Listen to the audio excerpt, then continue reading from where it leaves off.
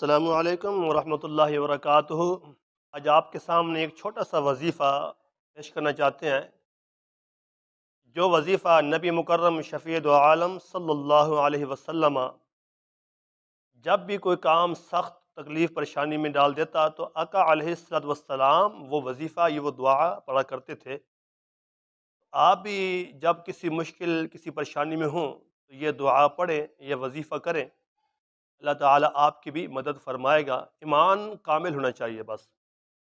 یا حی یا قیوم برحمتک استغیث، اس ورد کو جاری رکھیں، ہر نماز کے بعد 100 مرتبہ پڑھیں، یا صبح شام اس کو آپ ایک 100 بار پڑھیں، تو اس سے آپ کی ساری پریشانیاں اللہ تعالیٰ دور فرما دے گا۔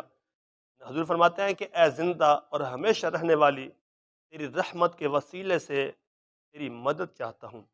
تو آپ بھی یہ دعا پڑھا کریں۔ اللہ تعالیٰ ہمیں حدیث سے